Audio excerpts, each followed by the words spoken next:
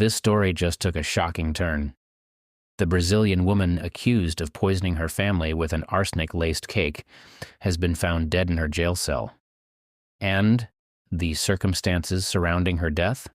Well, they raise a lot of questions. Let's break it all down. 42-year-old Dea Moura dos Anjos was arrested for allegedly poisoning her family by baking a cake with arsenic. Investigators say the flour was contaminated with an extremely high level of the deadly substance, so high, in fact, that officials made it clear this wasn't an accident. The result? 3 family members lost their lives. 3 others were hospitalized. The victims included her mother-in-law, who survived, but 2 of her mother-in-law's sisters and a young woman named Tatiana Silva de Santos didn't make it.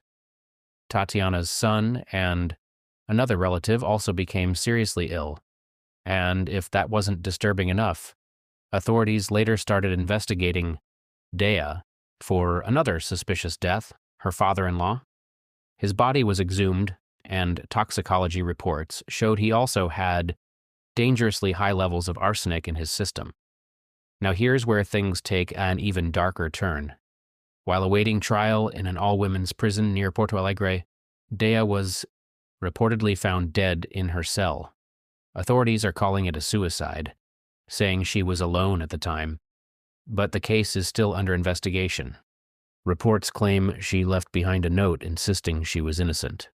And, interestingly, just 24 hours before her death, her husband had reportedly sent a lawyer to inform her that he was filing for divorce. Could that have been the breaking point? It's not uncommon for high-profile prisoners to be placed under watch to prevent something like this from happening.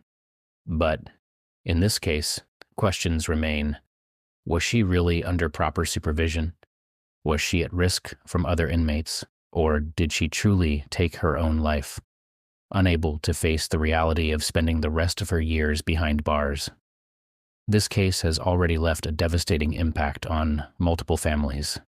And now, with Dea's death, the full truth behind these horrific crimes may never be known.